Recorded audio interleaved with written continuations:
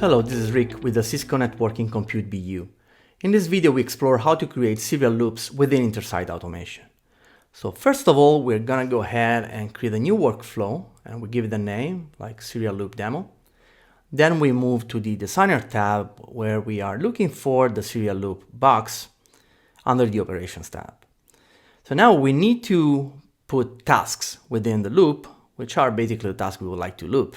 So for this purpose, we're going to use a custom task that we created, which basically creates a file in a Linux box. Now, there are a couple of loop modes, iteration count and condition. Iteration count is basically how many times you would like to loop that task or that sequence of tasks, right?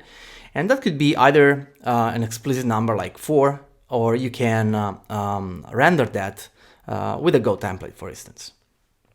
So now let's go ahead and populate the input for these tasks, which in this case is just the target, so the Linux box where we would like to create these files.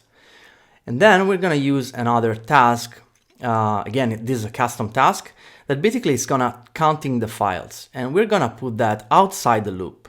So basically what happens here is that we're going to execute 4 times, or kind of execute in a serial fashion, 4 times that specific create file task, and then at the end of the loop we go ahead and count the number of the files.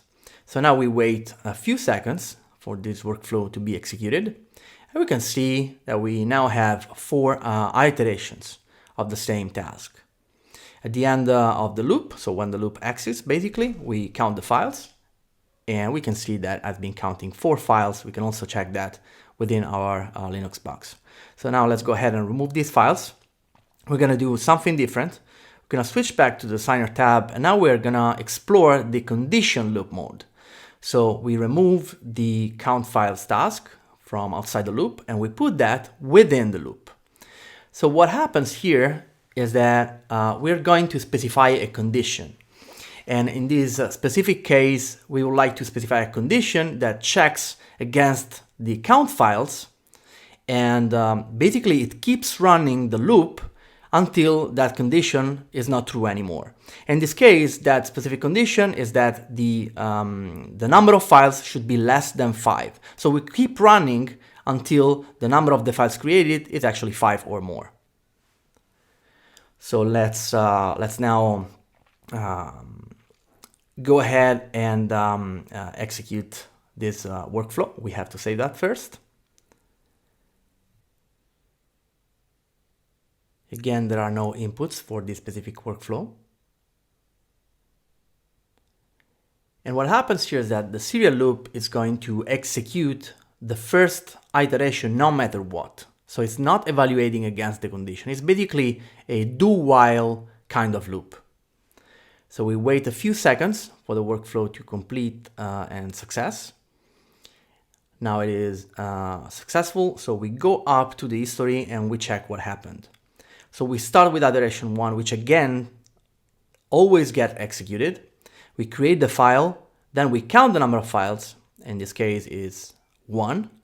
So we keep going because the serial loop finds out that the number of files, which is 1 again, is less than 5. So we keep going through iteration 2, iteration 3, and so on and so forth. Now we reach iteration 5, where we create the file and then we count the number of files we created.